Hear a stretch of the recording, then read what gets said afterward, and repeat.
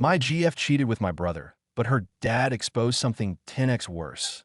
The screenshots on my phone were a digital testament to the end of my world, a cold, pixelated confirmation of the betrayal I had suspected but refused to believe. I was sitting in Thomas's living room, the worn leather of his recliner a stark contrast to the slick, modern feel of the phone in my hand. He was my girlfriend Amelie's father, a man I respected and, if I'm being honest, was a little intimidated by. I had come here to do the right thing, to tell him face to face that his daughter and I were over, and to show him why. I laid my phone on the coffee table between us, the chat history open, a sordid transcript of his daughter's infidelity. Thomas, a big man who carried the years of his construction work in his broad shoulders and calloused hands, leaned forward. He picked up the phone, his brow furrowed as he read the messages Amelie had sent to some other guy. I expected shock, maybe anger at me for showing him this, or disappointment in his daughter. I did not expect what came next. He put the phone down, looked me dead in the eye, and asked a question that completely derailed my prepared speech. Why didn't you cheat on her first? I stared at him, dumbfounded. What? Why would you say that about your own daughter? He let out a short, bitter laugh, a sound that held no humor.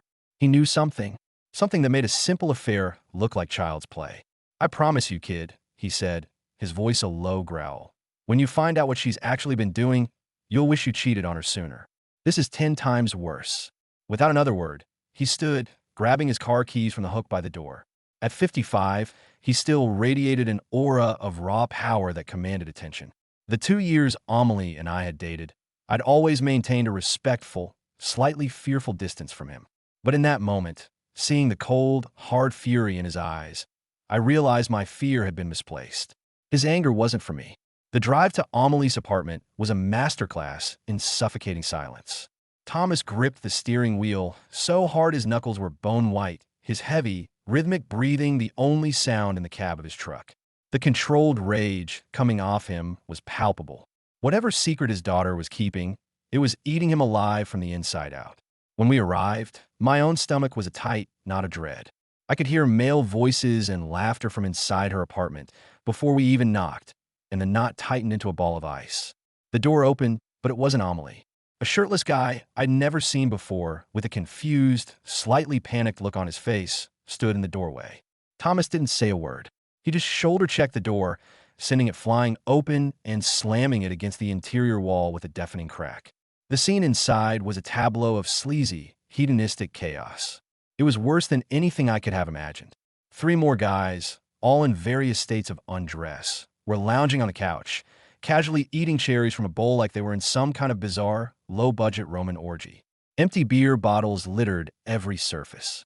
And there, on the coffee table, sitting like a grotesque centerpiece, was a bulk-sized 64-pack of condoms, the box torn open. My mind struggled to process the sheer scale of the deception. This wasn't a one-time mistake. This was a lifestyle. Where is she? Thomas's voice boomed, a thunderclap that shattered the party atmosphere. The guys scrambled, grabbing for clothes, their faces a mixture of fear and confusion. One of them started to stammer something about just hanging out, but Thomas wasn't listening. He was a man on a mission, marching down the short hallway toward Amelie's bedroom while I stood frozen by the entrance, a spectator at the demolition of my own life.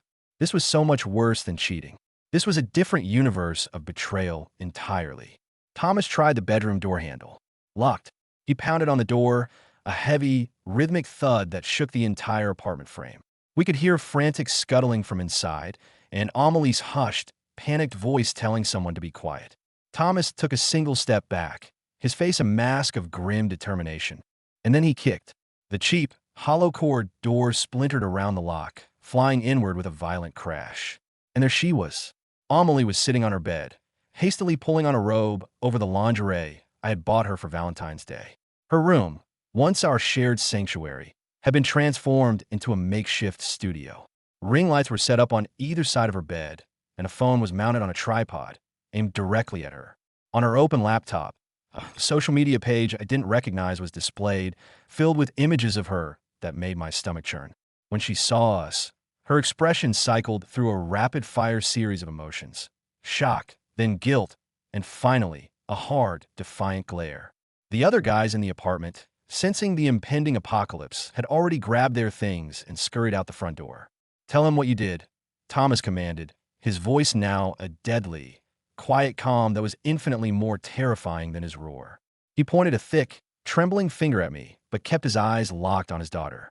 She fidgeted with her phone, her thumb hovering over the screen as if she was contemplating deleting her entire digital life. "I'm making content online," she mumbled, as if that simple phrase could explain away the sordid scene.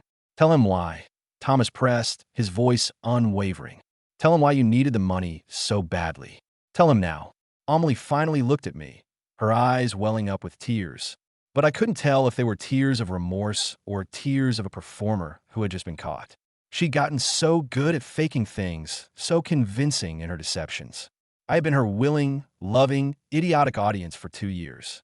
"I'm pregnant," she said, letting the words drop into the silent room like a bomb. My brain simply shut down. All I could hear was a high-pitched ringing in my ears. Thomas, however, was unfazed. "Don't get worked up yet," he said to me, his voice a strange, steady anchor in my sea of shock. Then he turned back to her. "Tell him whose it is." He wasn't giving her an inch of wiggle room, no space for her usual manipulative half-truths. Her face crumpled into a mask of ugly, performative crying, a tactic that had always worked on me before. Now it just made me feel sick to my stomach.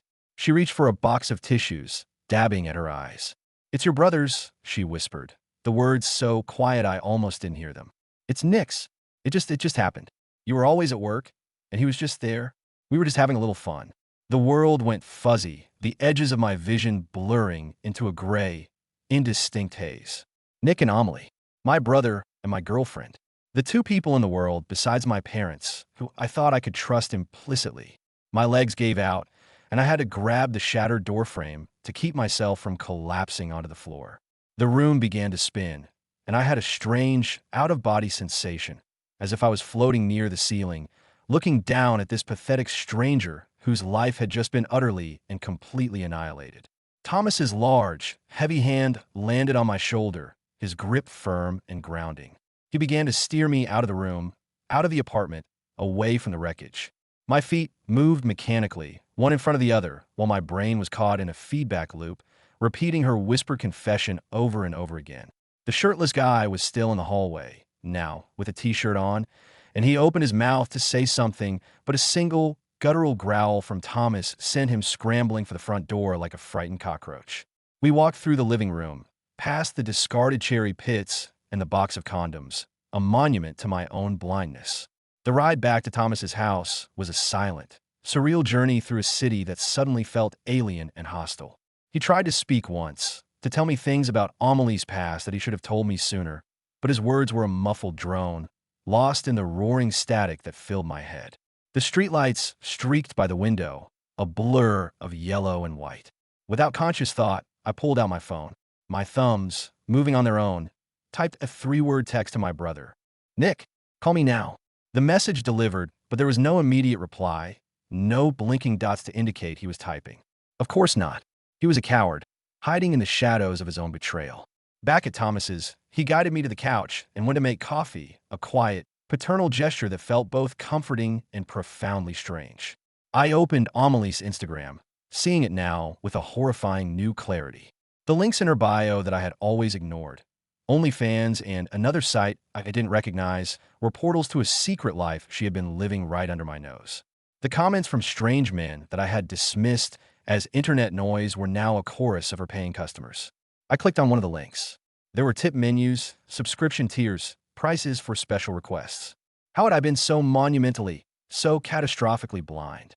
Thomas returned with 2 mugs of coffee and sank into his recliner, watching me as I scrolled deeper into the digital rabbit hole of her deception. That night, sleep was a distant country I had no hope of reaching. I lay on his couch, staring at the ceiling, my mind a relentless projector of my own personal horror film.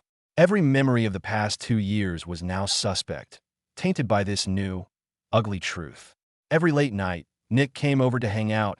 Every time Amelie was too tired when I got home from a long shift, they were likely together, laughing at me, at my naivety, and my love for them both. The image of that 64-pack of condoms on her coffee table was burned into my retinas. At 6 in the morning, my phone began to buzz with a relentless stream of messages from friends and acquaintances. The rumors were already spreading like a virus through our social circle. I ignored them all, retreating into a shell of numb disbelief. Thomas called me from his yard where he was working on his truck, his voice gravelly with a shared, exhausted sorrow. He apologized again and begged me not to do anything stupid. Not yet. I promised him I would stay calm, a lie that felt as hollow as the space where my heart used to be. Late that night, my phone rang. It was Nick. I answered on pure, unthinking reflex. "It's not what you think," were the first words out of his mouth. The audacity of it, the sheer, cowardly denial, was almost comical. "Ow," I asked, my voice a dead, flat monotone. "Is getting my girlfriend pregnant possibly not what I think it is?" The line went dead. He had hung up on me. I threw my phone against the couch cushions, a pathetic, impotent gesture of rage. I needed a plan. I needed to do something, anything, to feel like I wasn't just a victim in this sordid drama. I grabbed a pen and paper and started a list. Get tested for STIs. That was number one. Get my things from her apartment. Change all my passwords. It was a list of mundane, logistical tasks, but each item was a small step toward reclaiming my life, a small act of defiance against the chaos they had unleashed. The next morning, I drove to a walk-in clinic and sat in the waiting room, a ghost among the living. I told the nurse I needed a full STI panel, explaining with a humiliating lack of detail that I had no idea how many partners my ex had been with. She nodded with a practiced, non-judgmental professionalism that I was grateful for. The whole process was a cold, clinical acceptance of my new reality, a world where the body of the woman I loved was a potential vector of disease. That afternoon, Thomas called again. He told me he had met with Nick, who had broken down in a public diner, sobbing about his fear of becoming a father and his regret for what he had done. I felt a flicker of something, pity, maybe, before the cold wave of betrayal washed it away. He had made his choices. He could live with the consequences. The following day, armed with a few empty boxes and a sense of grim determination, I went back to her apartment. I waited until she had left for work, using my old key to let myself in. The place reeked of cheap cologne and stale beer. One of the guys from the other night was on the couch, eating cereal in his boxers. He jumped up, stammering apologies, telling me she had claimed she was single. I ignored him, my focus a laser beam on retrieving my belongings, the last vestiges of my life with her. As I packed my clothes, my Xbox, the picture of my grandmother, he followed me around, a pathetic, chattering Greek chorus to my tragedy. In my old spot in her closet, I found new outfits, things I'd never seen, props for her online performances. I took only what was mine, leaving behind every gift, every shared memory, every piece of the lie she had sold me. A few days later, my STI results came back. Negative. The relief was so profound it was almost painful. It was the first piece of good news in what felt like an eternity. That night, after a week of agonizing, I met Amelie and Nick in a mediated session at a community center, a sterile, neutral ground for our final, ugly confrontation. Amelie, brazen and unrepentant, explained her actions with a chilling, matter-of-fact logic. She had used me for stability, for the income to fund her online career, and had turned to Nick for the excitement and attention she craved. Nick, for his part, was a picture of pathetic regret, a man-child terrified of the consequences of his actions. I laid out my terms, a list of boundaries I had written with my therapist. We would be low contact. We would not attend the same family events for at least a year. He was not to ask me for money to support the child he had created. He agreed to everything, his relief palpable. The paternity test, a final, clinical confirmation of their betrayal, came a week later. Probability of paternity, 99.9%. I stared at the numbers, the scientific proof of the lie that had been my life. And then, for the first time since this nightmare began, I let myself truly, completely break down. I sat in my car in an empty work parking lot, and I cried. A storm of grief and rage, and a profound, bottomless sadness for the man I used to be, the man who had been foolish enough to believe in love. In the weeks that followed, I threw myself into therapy, into boxing, into a new, tentative friendship with Thomas, the one man who understood the depth of my betrayal. I wrote a list, not of tasks, but of what I wanted in a future partner. Honesty, loyalty, a shared sense of what family truly means. And one night, after a grueling session at the gym, I came home, showered, and climbed into bed. And for the first time in months, I fell asleep without replaying the horror film of the last few weeks in my head. I slept straight through until morning. It wasn't forgiveness. It wasn't forgetting. But it was a start. It was the first quiet, peaceful dawn of my new life.